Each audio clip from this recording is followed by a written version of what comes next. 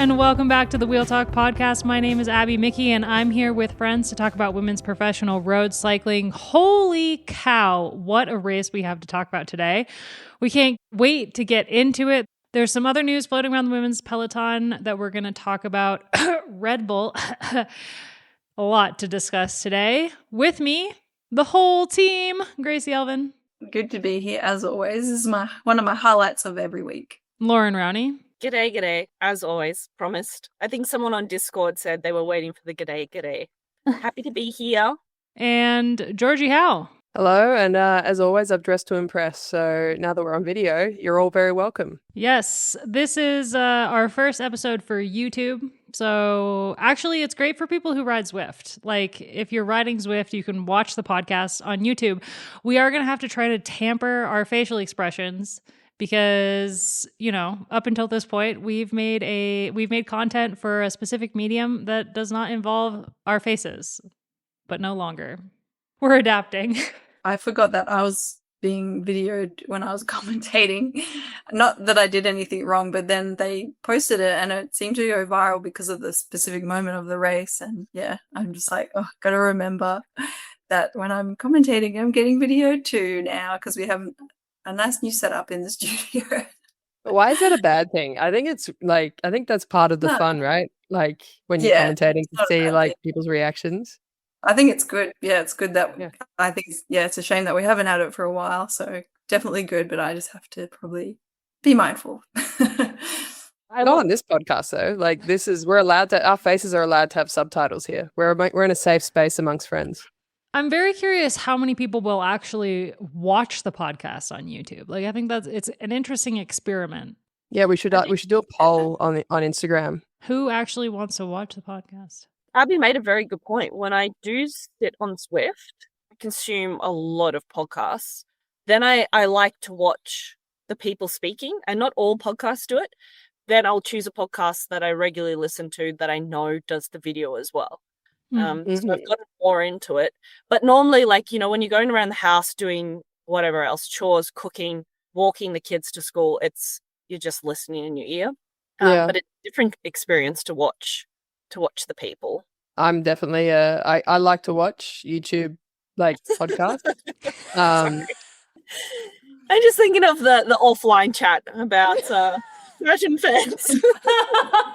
You making fun of my outfit again? No. Loren, you have something to say. I feel it. I feel it in my bones.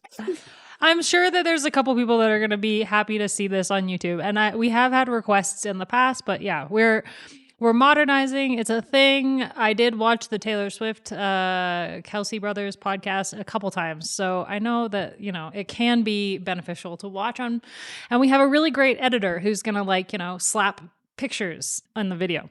Make it more fun. It'll be interactive and entertaining and fun. Slap it on. That is a technical term. That's what they say. That's the jargon from the industry. Without further ado, let's talk about Strade Bianche, because we talked about how exciting this race normally is last week, and I think we all decided that it was one of our favorite races of the spring. But I don't think even us could have anticipated the race that we got on Saturday. It was by far one of the best bike races I've ever seen in my life. Even if there hadn't been the moto mishap with 33 kilometers to go, it still was just an incredible race. It started really, really fast. There was a lot of attacks in the beginning, but because the race cut out 17 kilometers worth of gravel roads, it was a bigger group going into a couple of the sectors earlier on in the race. That meant that there was a huge crash in the beginning that kind of took Kim Lacourt, was probably the biggest name, put her on the back foot when all the action happened later on in the race. When the live coverage started about halfway through, it was only about 30 riders left at the head of the race. And from there, the chaos just continued. There was mechanicals for top riders like Pauline Ferrand-Prévot and Demi Vollering. And then the group that they were with that was chasing the main contenders up the road, the real like game makers of the race, was led astray by a moto Then there were attacks. Elise Chabbey, Elisa Borghini were off the front. There was really too close to the finish for most people's liking. There was a breakaway with Kasia Niewiadoma-Phinney, Elisa Borghini and Puck Peterse that was up the road. They were brought back by the duo of FDJ United-Suez, Strade Bianche and Elise Chabbey. And then it was a huge group going into the final kilometer. The biggest group we've seen since, I think it was 2022, when we had a group of 12 go into the final kilometer together. But when that group of 12 hit the last 600 meters, it just exploded. And that was the year that, was it the year that Kopecky beat Annemiek van Vleuten going into that corner? There was that was such a good finish. And I think there are parallels to how this race finished as well, especially with those final corners. Into the last 600 meters, up that final steep climb into Piazza del Campo, there was really most of the riders that we expected to show on the day: Kasia, Elisa Borghini, and a couple that we maybe didn't think were going to be in the spotlight. Chabbey, Koch. I thought Magdalene Valliere would have a really good race, and I would expect EF Education Note Lead to put more leadership on her as the world champ, and I think she will talk about her for sure. But going into the finale, it was really 4 riders fighting for the win, which is the biggest group we've ever seen come to the line together at Strade. Normally, by the time they're on that final uphill, the race has blown to pieces and it's 1s and 2s. But it was a big group, which meant that going into those final corners, a big 4, it was 4. Going into those final corners, it was very my least favorite word of all time, unprecedented. How to handle those corners with multiple riders around you. Nobody in that group would have known how to manage that situation, because it's never happened before. And the end result was Strade Bianche trying to squeeze around the outside of Kasia and Elisa, them all losing momentum, Elise Chabbey taking the inside line and taking the win, which it's such an incredible win for Elise Chabbey. I think there's so much we can say about FDJ United-Suez, the day that they had, the signings that they've made, how much the team has built up over the last couple of years, and how it all seems to be coming together. There's also a ton that can be said about Kasia, about Elisa, about what this race means to the two of them specifically. Overall, it was just such an incredible race. One of those races that gets you fired up for the entire year of racing. If there was any lull going into the season, Strade cured it. It was so good. It was one of those races that the classic metaphor of and they threw another punch and they threw another punch. It was like a classic boxing match kind of race, which was, I can't remember the last time we had a race like that. Yeah. I liked your preview as well, Abby. The first couple of lines, you said something about if Omloop was the entree, then Strade is the main course. And you were so right on that. It was Primi and Secondi. It was so meaty. It was just everything we could have wanted, a few things that we couldn't have expected necessarily. But if Omloop kind of set the tone in some ways, maybe halfway there, then this race kind of really set the tone for lots of teams, if not all teams, the top teams at least, for the season, because we were left with a few question marks from opening weekend. And I think pretty much all of them were answered, weren't they, here at this race? The team that was the most noticeable absence from that front group, and a lot of things did happen on Saturday, was SD Works Pro Time, which it's so unusual. I know things have changed a lot, but we were saying, and I was saying last weekend, that they still have that super strong classics team, and, they're going to have their day and we're going to see them at their usual strengths. And then I was re-watching the finish again today, and it was just all those riders you would expect to be there, but it felt strange not to have the presence of that team there. Well, not really felt.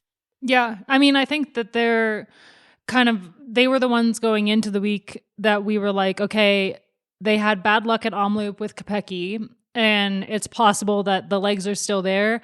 But after Strade, there's no hiding for them anymore. They are on the back foot, fully on the back foot. And you'd think that they need to reassess and figure out how they're going to take on the rest of the spring, because you can't gain fitness at this point it's like you're actually a lot of times losing fitness during the spring classics because it's a lot of travel, a lot of back and forth. Most riders who do all the classics, and SD Works Pro Time is one of those teams that doesn't really take time away to go to altitude. Like we heard Chabbey saying after the race and Demi that their whole team that is going to focus, the team that's around Demi, the team is going to focus on the Giro and focus on the Tour. They're all going to altitude now. They're at altitude as we record this podcast. They're not going to do Binda. They're not going to do Milan San Remo. They have specific goals, but SC Works Pro Time isn't like that. They like to send their riders to all the races and then like reassess when the spring is over.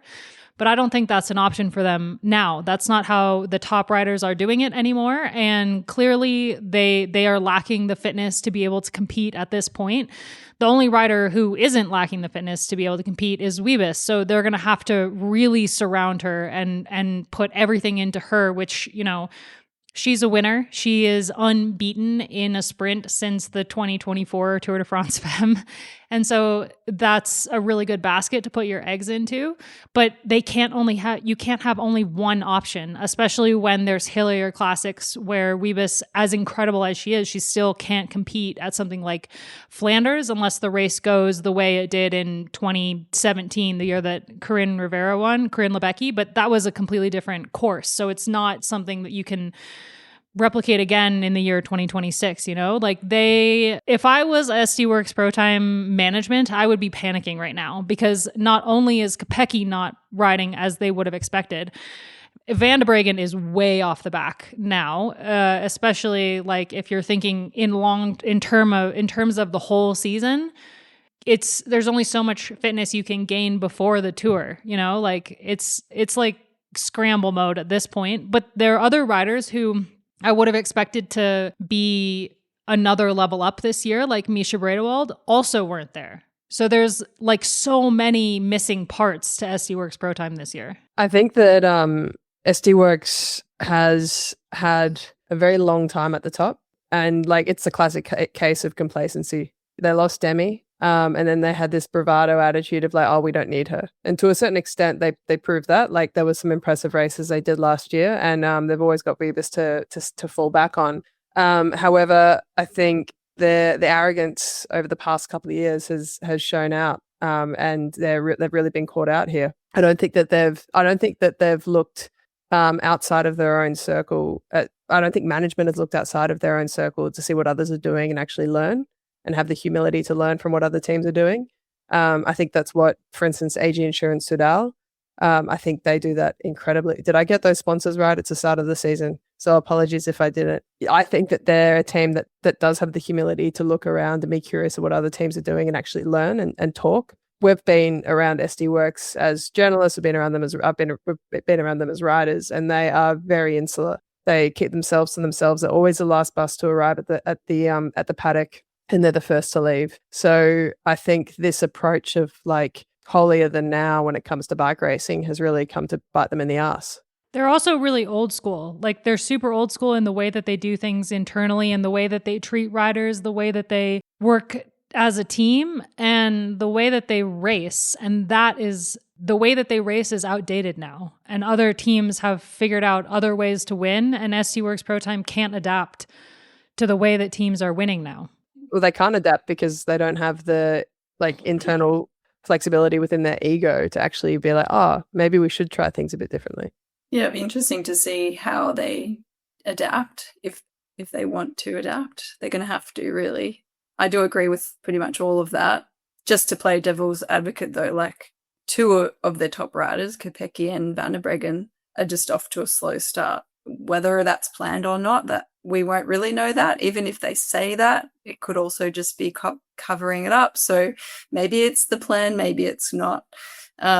So like we said a couple weeks ago, you have to expect that, or last week I think, you have to expect that the Tour is their number one goal for stage wins and for GC. And they haven't nailed that for a while now, except for with Wiebes. So I think that's kind of like the pinnacle for the season, and that's a ways off. But of course, we've known that team to be greedy, for lack of a better word, too. So it's surprising that they're not firing at this point of the season, because they usually are such a strong classics team as well. They're strong in every race. So, yeah, I'm interested to see the progression and if this is the plan for them, if it's going to pay off. And the flip side of that, the new dominant team, and who we're going to talk a lot about today, is FDJ Suez.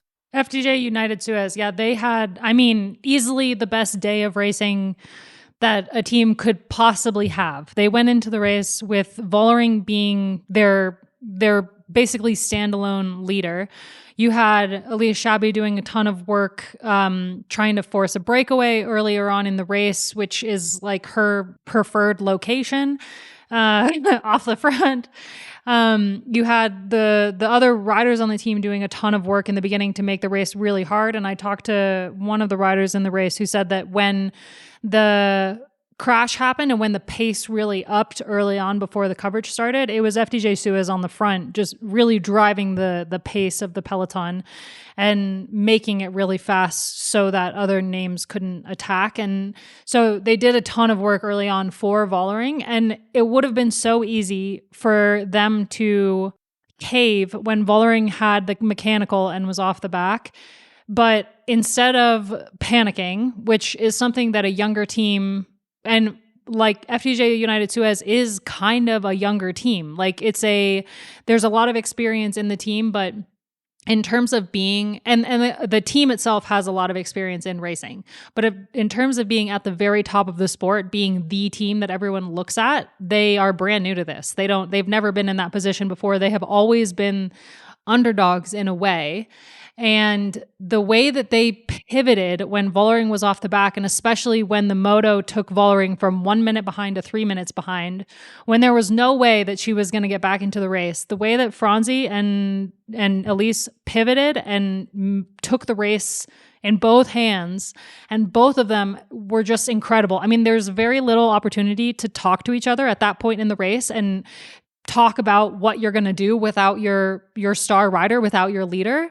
They didn't even need to talk to each other. It was like they had one brain, which is exactly what we saw them do at Omloop as well when Franzi got to the front. And my God, is she the signing of the year already 2 races in? Like, unbelievable race for her. She was on our radar before when she was on Picnic Post NL, but this year is like, who is this person? Where did she come from? Unreal performance.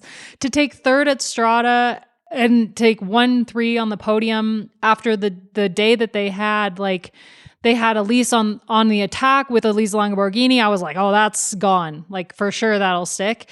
The only time that they were on the back foot really was when Longo Borghini, Kasia, and Puck were up the road. They had the benefit of Kasia being so cautious of being off the front with Elisa that they were able to pull that back. Like, that trio didn't work well together at all. And so they were on the back foot, but they didn't need to panic in that moment because there was no way that those 3 were going to work well together to get up the road.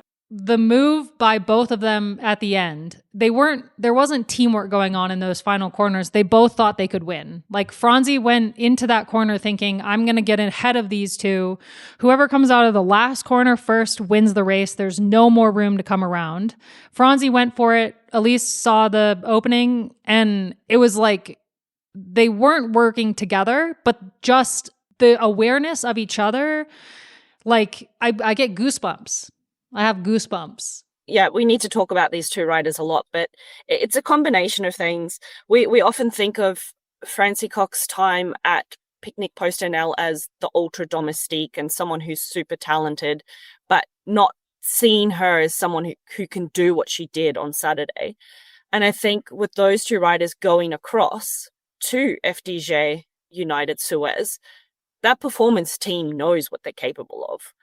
And you can see that just having that self-belief, to your point, Abby, like the amount of work and effort both those riders put in on that stage in that race, and then still to be able to be there at the pointy end going for the win was incredible, because I think everyone thought coming in to that last 3-4 kilometers when Koch was on the front, just driving it, keeping it at a nice fast pace to ensure no attacks went completely backing Chabbey's ability to finish it off in a finish like that. Thought, okay, she's gonna blow and not be there. After Valeria's pulled off, then it was like Koch again who was driving it, and then still able to hang with Kasia and Elisa, and then of course Elise Chabbey came up. It was just like, for me, really an aha moment. Oh my god, like, how are these two still there? But it's just this simple case of, as commentators and fans, maybe a slight underestimation of their capacity, just because they were pigeonholed in these other roles. So good on the team to see their potential as winners themselves. And, you know, for Demi not to be in the race as well, it just gave them that extra opportunity. FDJ United-Suez has been chasing Chabbey for years. They've wanted her on the team for years. So Stefan Delcourt, like, he's seen her potential long before he finally convinced her to join the team. And I think with Franzi, it's a similar situation where she was a lot of the time working for other riders. And I think he could see just how strong she was. Like, I agree. Like, obviously they're both big talents, and somebody saw that. A few people saw that. But I think that their performance also tells us a lot about pressure and motivation, in that they didn't actually feel a huge amount of pressure in the way that some of those top riders might. You could see how tightly Elisa and Kasia were holding on to their pressure that day. They both rode really well. They didn't make that many mistakes each. Like, they were having a great day too, but you could see that they were just not desperate, but just holding on a little bit tighter to the race than Franzi and Elise were. And I liked in Elisa's post-race interview, she was like, I wanted to give up a couple of times, but I kept thinking, you know, Demi didn't have the day we were expecting. We did all that work in the race. Like, I wanted to just make sure that we did our best. Like, I'm paraphrasing, but she was just trying to say, like, I didn't want to waste all of the work that we'd done. And I think that just shows us, like, those two riders, they didn't feel that same pressure, but they were still really motivated because of good team culture, because of an opportunity that had presented itself. And yes, they had to be talented enough and in form to pull that off. And they had to work well together, but they still had to rise to the occasion. And being an opportunist is actually one of the most difficult roles in cycling, because it's really hard to get a result that wasn't that well planned for. And to do that is actually quite remarkable for lots of reasons. So I think to just highlight that is really important and good to show, like, what it means to be adaptable, what it means to take on responsibility, take on pressure, but also use some of those moments as fuel in your motivation, and to see what next level you can actually push. Because Chabbey looked quite surprised at the end, not like couldn't believe it, but still a little bit like, wow, I did that. It wasn't a disbelief, but it was like almost like a validation that she was having in that moment. And that was really special to see that. I mean, I think it's interesting to see where the team goes from here, because obviously Vollering is still their standout rider. But I wrote a piece early last year when they'd made all their big signings before the racing really started about that they would have a leadership problem between Vollering, Avita Music, and Juliette Labousse. And now they have an even bigger leadership problem because Elise Chabbey just won Strade Bianche. And she came to the team because she wanted to win more races, and she was tired of the way that Canyon SRAM Zonda Crypto were always backing the same rider. She's not going to want to be in the same position on FDJ United-Suez as she was on Canyon SRAM Zonda Crypto, and now she has a Strade to back her up. Plus, you have Franzi, who's like, what the heck can she do next? Only good things. Like, is it our own expectation of what cycling leadership looks like to say that this is a leadership problem? Or is this what women's cycling now could look like? In the sense that a team culture is that good that it is the collective above the individual, like actually the collective above the individual. But that's how SD Works used to function. When it was Bulls Dolmans, they had the entire team could win almost every race that they went into, and they managed to pull it off to the point where there was one spring where they won almost every single one-day race with different riders. But that's just, it obviously didn't last for them. They had riders leave, they had riders want more. So I think it can... Like, they had a stacked Yeah. team compared to other teams. So yes, in some ways, but no now, I think. Like, yeah, to be positive about this, even though we are being positive, I think Elisa's win has done more for their team culture and morale than if they had Demi win that same day. Yes, correct, 100%. Like this is where SD Works does fall apart. Like the modern version of SD Works does fall apart, because I don't think they'd be able to stand up if a non-leader was to win a race like Strade Bianche. Yeah, we tended to see a little bit more sour grape sometimes if it was a more of a surprise win from. Was it Strade where it was Strade where Demi and Lotte sprinting with each other. Yeah. Yeah.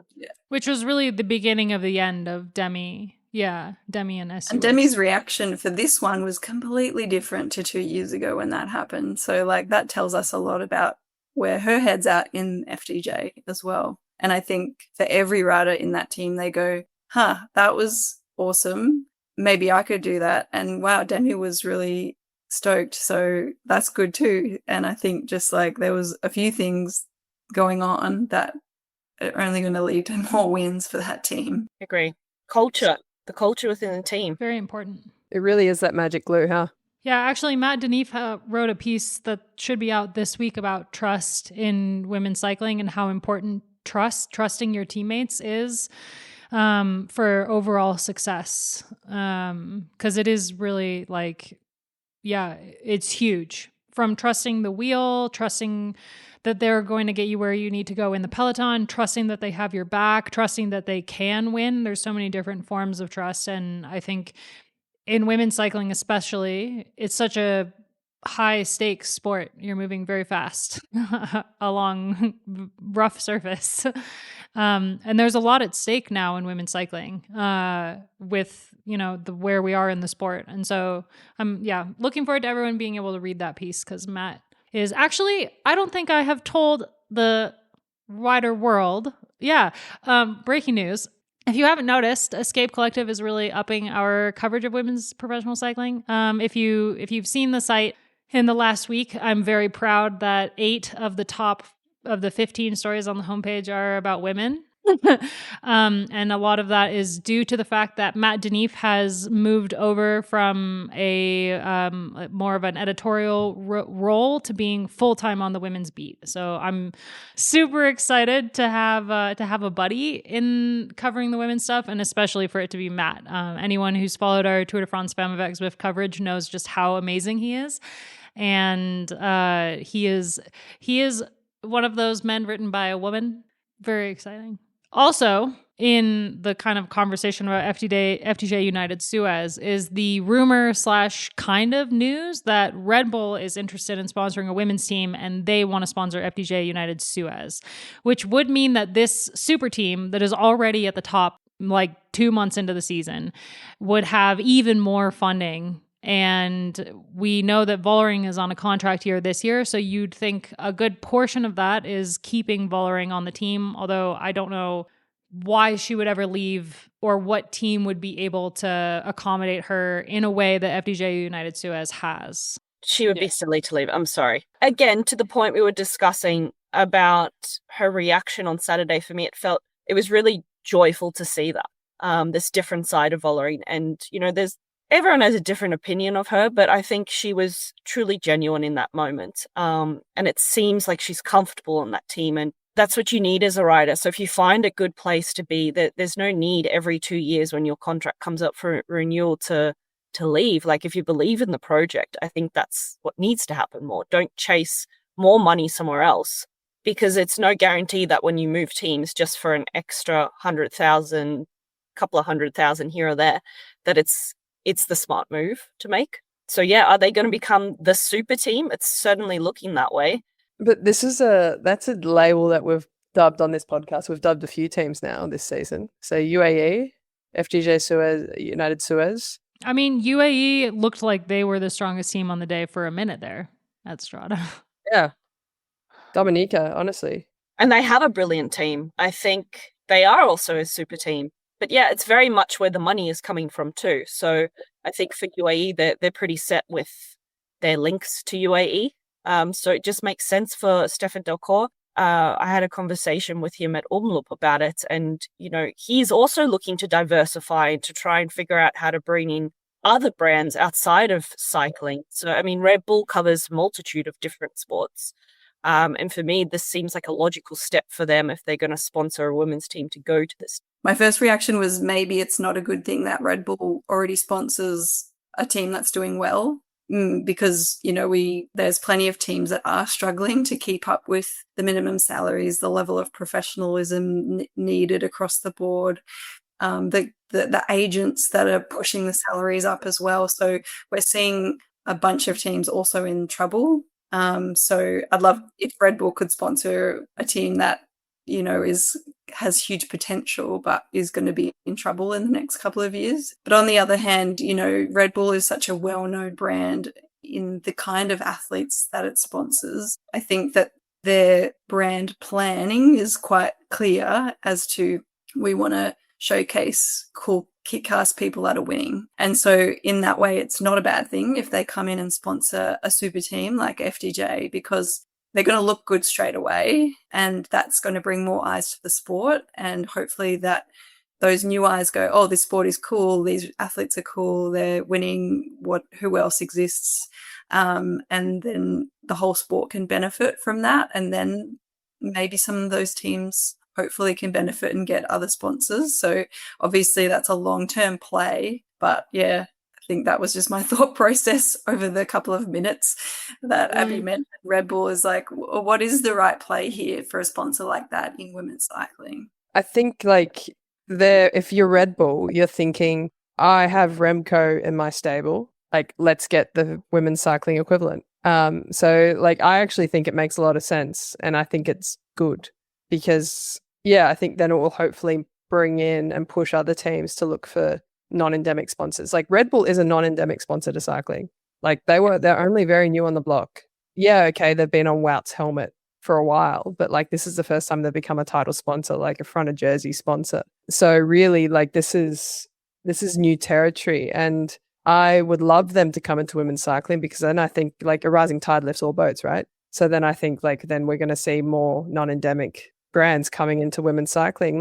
What happens? Okay, Red Bull's in here. Let's bring in Monster, Monster Energy. I think there's a symbiosis there. Maybe Celsius comes on board. There's so many different brands that could potentially look at women's cycling as we know the stats that support women's sport for brands that invest in it. So I just think it opens the door up to way more opportunity. You know who needs to sponsor a team is Starbucks.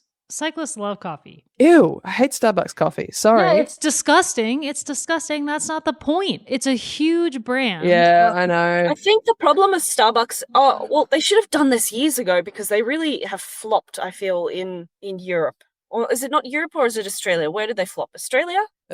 Gloria Jane, Starbucks. Probably. Australia has the best coffee in the world. Yeah, true. Yeah, and just shameless plug, best coffee in the world, to Guy, co-owned by Guy, who now listens to this podcast, is just down the road from me in Brunswick East, cafe called Joan. Shameless plug. So we can do our live podcast there when we're all in Australia for Cadell's. Nix, my dog, is now very popular there. So, Starbucks would be great. I feel like Apple would be a good sponsor. They could really push the Apple Watch if they got in sport. Guys, I still think Barbara Grushki, Baby J. Come on. Yeah. I love that. Sorry. I just did a deck for Tudor watches, and I'm I could see a bit of Barbie with a Baby J on her wrist, Yeah.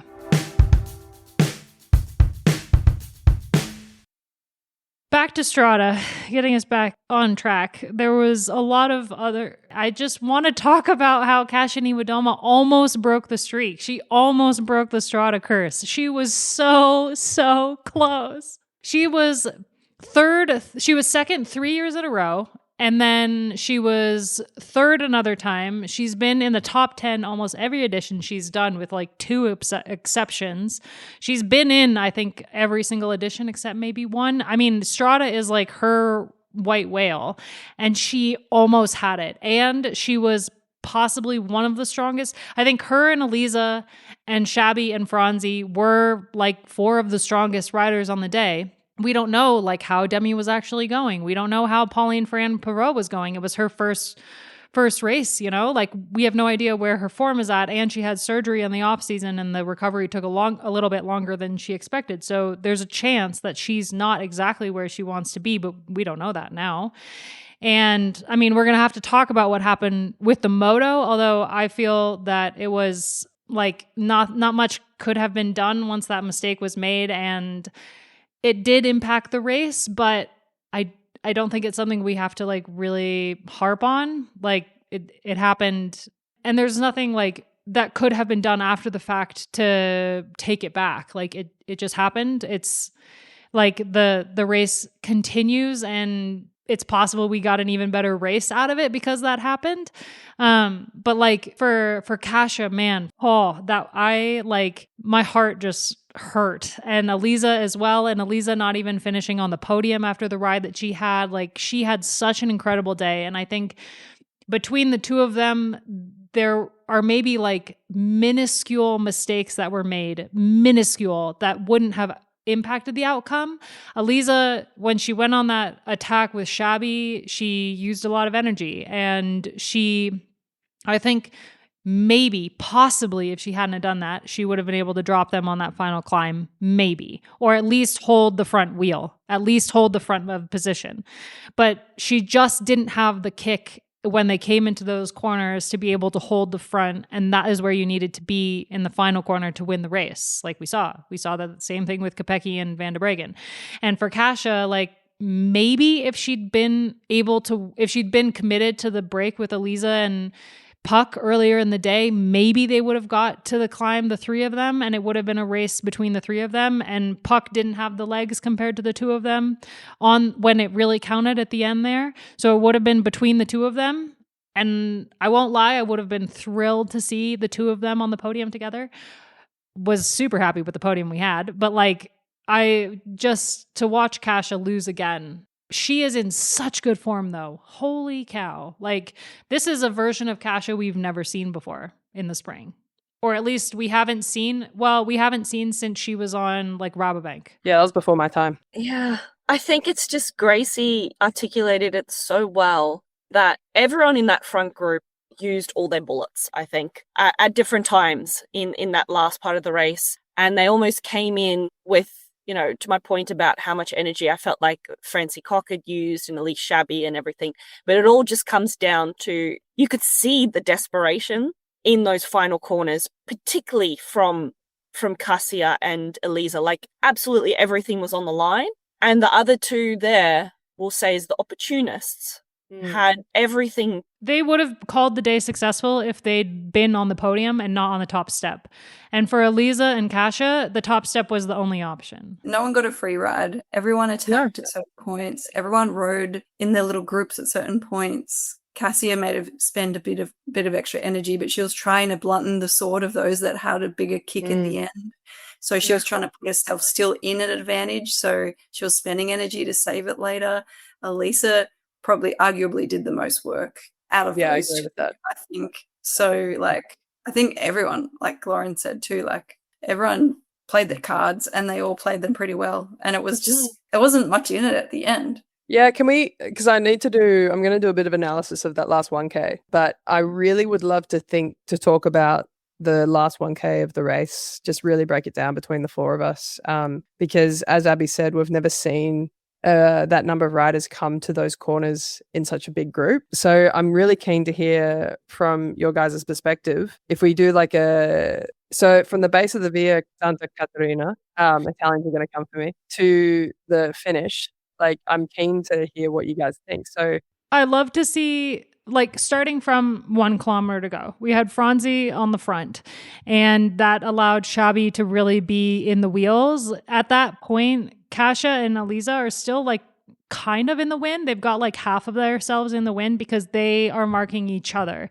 Like Elisa would have thought she was in the best possible position because she was behind Kasia, ready for any move that could have gone. The first person to pop from that group was Voss when Magdalene Valliere got on the front. And that was with 800 meters to go as they go under that arch right before the climb. That's when Voss popped, and Matt and I were chatting like as the race was happening, and he was like, oh my God, if Voss could win this. And I was like, there's no chance. Like Voss of old, perhaps, but Surprised that she popped that early, actually, on that climb. I think that she can't get up that climb with Elisa at this point in where she is in her career, what she focuses on as a rider, to make it up that climb. But the way the race had gone, like Elisa had done so much work. When she touched that wheel on that third last climb and had to unclip, you were like, oh, she's tired. Yeah. And then, 600 meters to go is when Franzi opened it up, and that's when Puck and Mags were really kind of spat out the back. That's when the two of them were out of contention. And based on the overhead shot, you also thought, okay, Chabbey's day is done. She could call this attempt a success. She had a great ride. But then as the camera pans out again, you see Elisa come to the front and really give it everything she has. I mean, at that point, like, if Elisa Lamborghini is going to win this race, she needs to be the one at the front making the pace as hard as she possibly can. And Kasia's job is only to hang on. And Elise Chabbey, like, the speed at which she came back up to them after being distanced was incredible. Like, she was going so hard. And with her coming around Franzi also gave Franzi that extra boost to be able to stick in with the four of them. The four of them came into the corners with Elisa leading, Kasia, then Chabbey, then Franzi, which is when they got to the 300 meters to go corner where it's a left-hander and Franzi tried to come in on the outside. Kasia and Elisa sensed that happening and closed the door to the barriers, but in doing that, all three of them slowed down. Chabbey came on the inside, which anyone who's ever done a crit ever knows that the inside line is the fastest line. So for Chabbey, like, she did her sprint after they came out of that left-hand corner before 200 meters to go. She came into the 200 meters to go on the front, and she'd won the race already. There, with 200 meters to go, there's no space. You can't come around. That's because when I was watching the finish, I've watched it a few times. Did Elisa really fought for that first corner? Mm-hmm. Did she go too hard? I think she was hoping that she could hold it all the way, right, to the final corner. You have to fight for every corner in that last bit. Yeah, and to the point of Abby as well. So Elisa has been at the pointy end of this race multiple times, Kasia multiple times. They've never been in that situation. So I think everyone is just absolutely on the limit at that point. And I think for Elisa, she was thinking in her head, if I get over the top of the climb and I just keep driving it and I'm the first through the corners, then I can hold it to that final corner. And everyone knows once you hit that final corner, it's just out of the saddle, down. So yeah, it was just so beautifully timed with, Francie Koch coming up on the inside and then them just slight slowing down and then having to reassess and then Chabbey just whacking it slightly. I mean, the acceleration at that point from your legs wouldn't be that much, but it was enough just to get ahead, and then it's done by that point. Even if we hadn't had all of the racing that happened up to that point, that 1 kilometer of racing would have still made this one of the best races that we've ever seen. But it also just so happened that we had a full banquet of racing before we even got to the dessert table. That was, to follow my analogy from the preview that Gracie mentioned.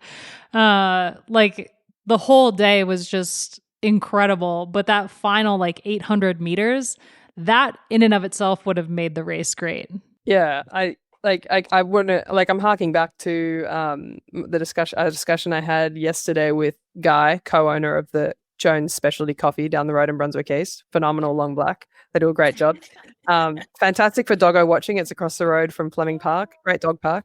I was like, oh mate, did you watch the men's race? And he's like, nah. I mean, you know what happened.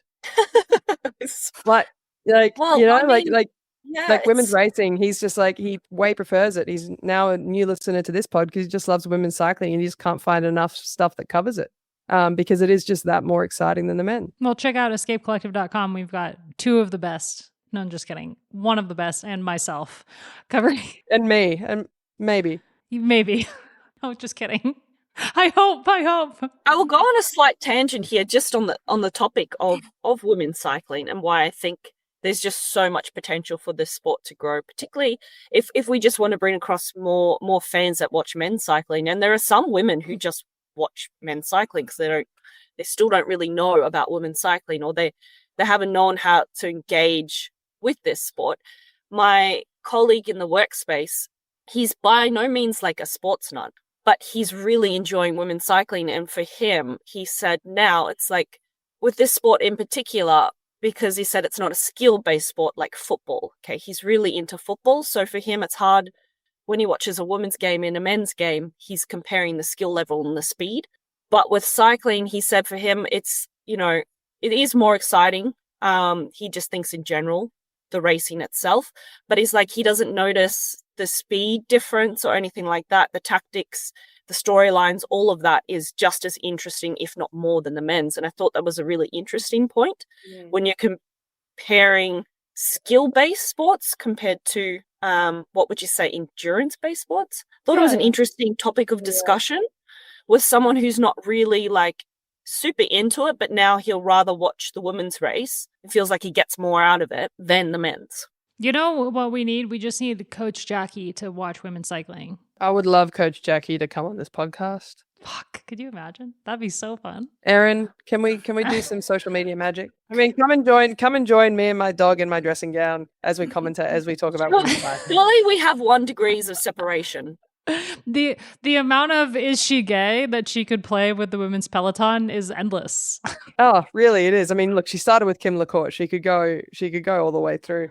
Oh my God, she did do Kim. I forgot. She would, if she ever did Kasia, she would come to an abrupt halt. Like it would be like, no, she's definitely straight. Let's circle back to the sport itself. I think Strade was incredible. We have a lot to look forward to this spring, including Trofeo Alfredo Binda, which is one of my favorite races, and I will never shut up about why you should care about Trofeo Alfredo Binda, which is why I asked Elisa Longo Borghini, Mariana Voss, Soraya Paladin, and Elisa Balsamo to tell me what they love about Trofeo Alfredo Binda, which is going to be in a written piece coming on the site later this week, but I'll let Elisa Balsamo tell you herself right now. I think Binda is a really important race in women calendar because it's there for a lot of years.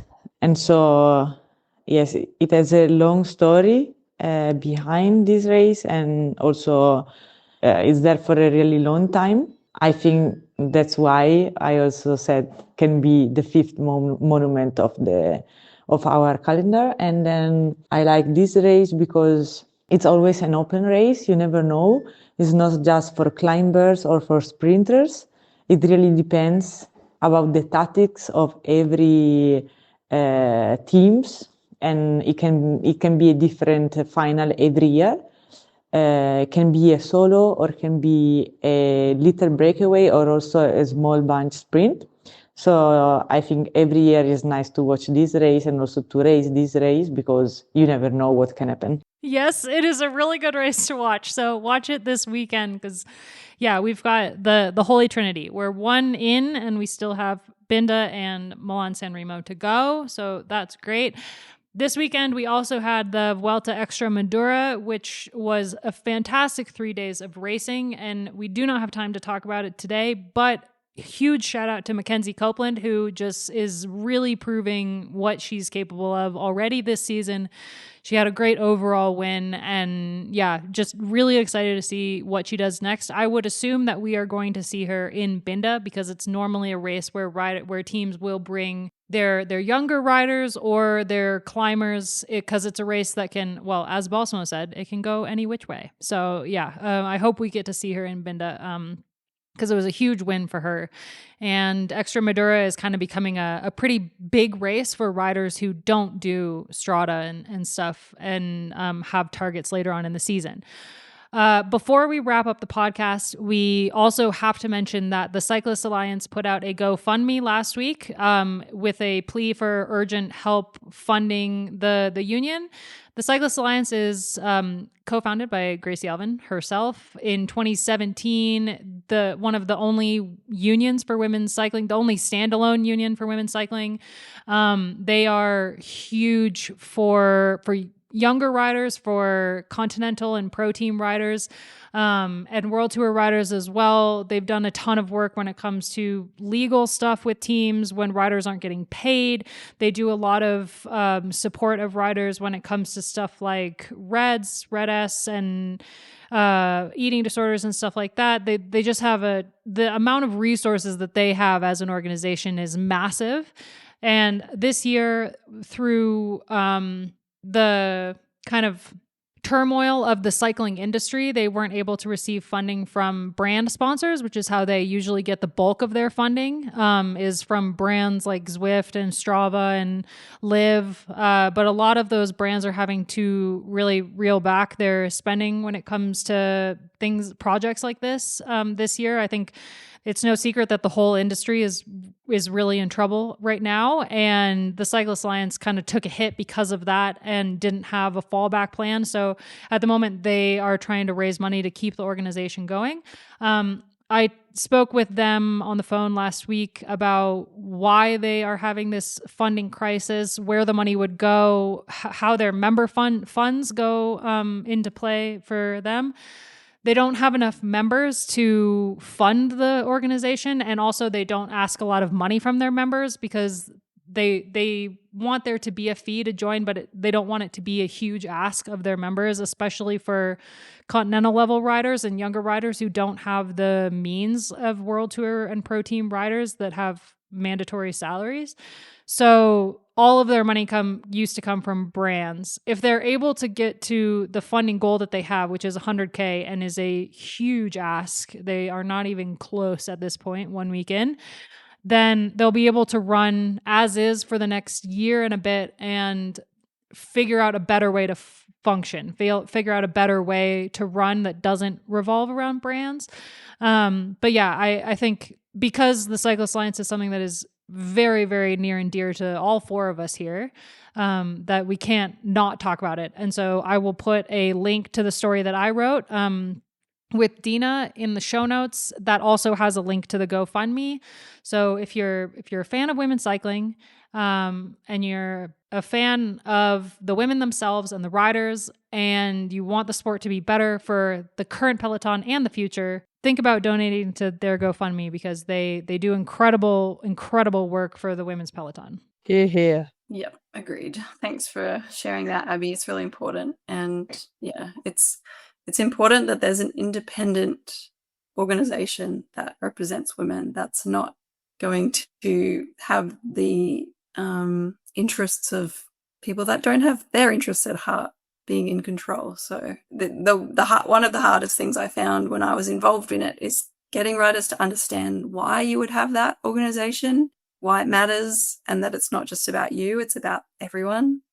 So it's always going to be hard like that. It's really hard to get athletes to think about things bigger than themselves, and that's just the truth. So yeah, this is important, and this is where fans come in. So yeah, everyone that listens to this pod obviously cares about women's cycling, and if you could just spare a little bit, that would go a really long way for our sport.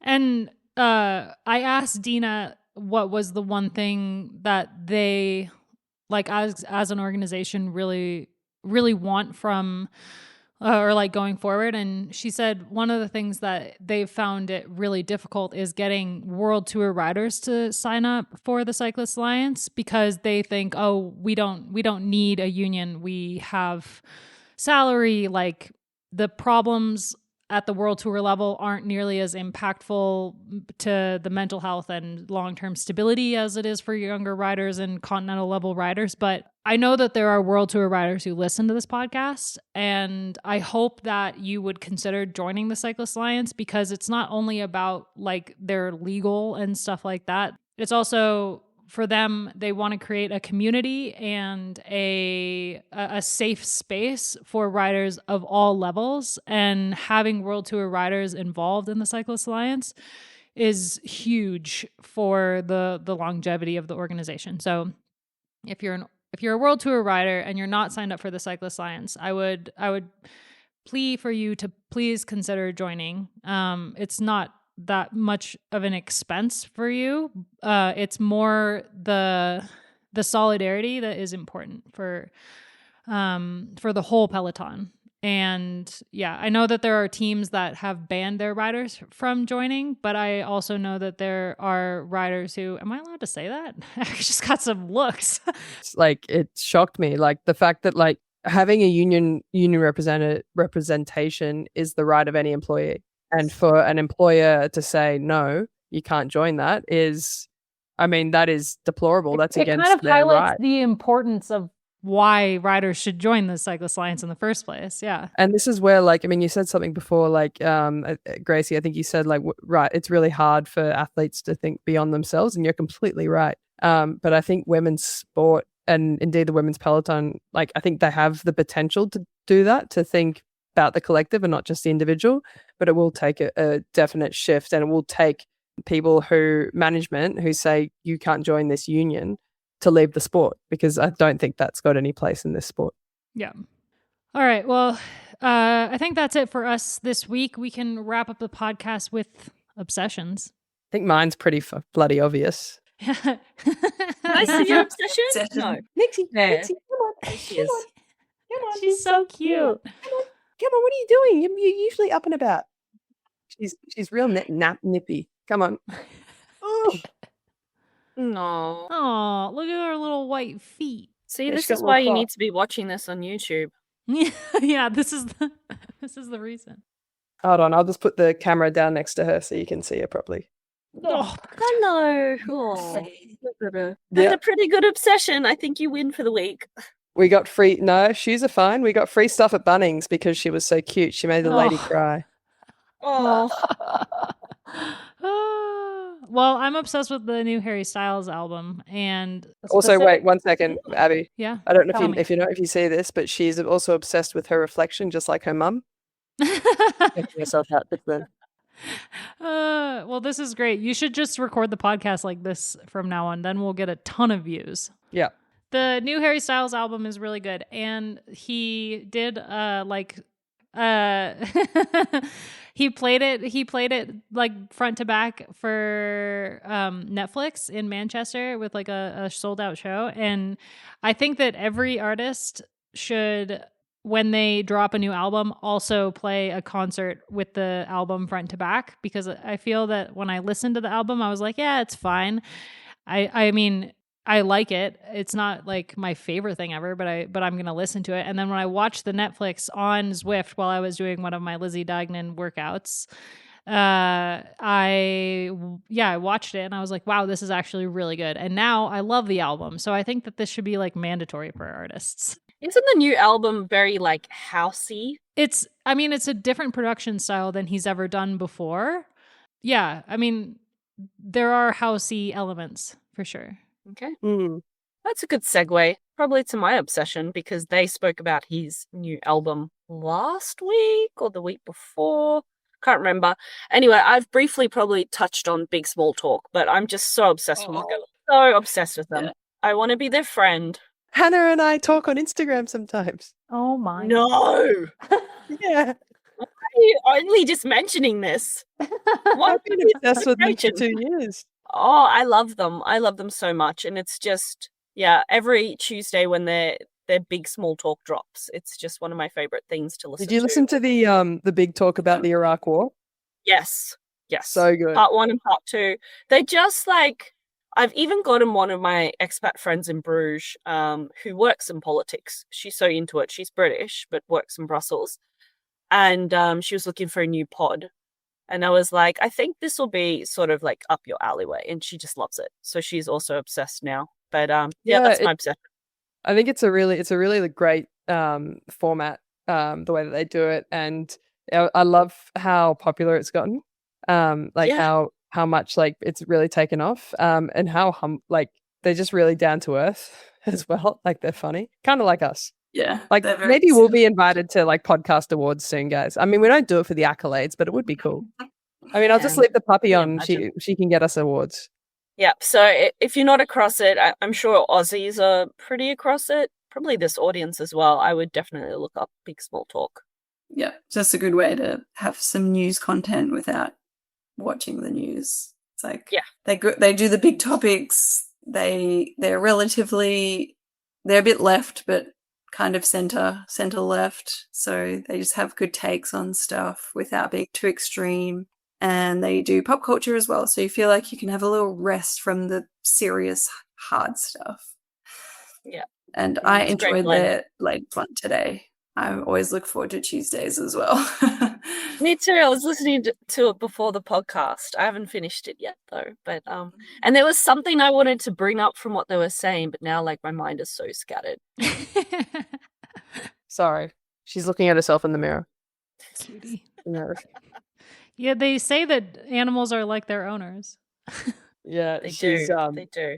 yeah. That they look like their owner. Yeah. Yeah, Oh, I mean, they- look, she is my personality. She runs up to other dogs in the park and she's like, "No, be my friend." And they're like, "Dude, chill out." That is you. But we're going to go to puppy school tomorrow, aren't we? Yeah, for the listeners, she had so much fun with a lab who just kept kind of not running away, but like just giving her distance. Where are you going? Today at the park, and she just kept being like, "Be my friend, be my friend, be my friend." And the pet lab was so patient for like 15 minutes. She allowed Nix to do that, and then eventually, she got so tired that we had to stop 3 times on the way home as a Kelpie. As a Kelpie. I subscribed. I'm going to listen. Big Small I'm Talk, excited. brilliant. Yeah, I'm excited for their discussion of Timothée Chalamet and his recent dog shit that he's stepped into with his God. I don't know how people are like, "Oh my God, the guy that dates a Kardashian actually has no brain cells." Shocker. Sorry. Gracie, do you have any obsessions? I've always got lots of obsessions, but I'll stick with the podcast theme. I've been listening to another Aussie one, and it's called She's on the Money. And one of my goals this year is to take my financial literacy to the next level. I think I've got an okay baseline, but I definitely want to learn more. And that's just been like a really nice entry point into being like learning lots of different stuff. So I've been enjoying them. And Is that Maddie Guest? It's Victoria Devine, I think. I've heard multiple recommendations for this podcast. Yeah, I feel like I'm getting a lot out of it, and it's easy to listen to. Also, I'm obsessed with your shirt. Yes. I looked it up. I want one. Yes, I want one too. When I Can you saw give it, us the backstory, please, Gracie? So I think people should, if you're not Australian, you might not get this shirt, but this word difficult became the buzzword the last few weeks because our Prime Minister called our former Australian of the Year, Grace Tame, difficult. The context of this is important, but it was taken very poorly and it kind of blew up. And this woman, Grace Tame, is a bit of an icon, but she's also a bit polarizing, you could say.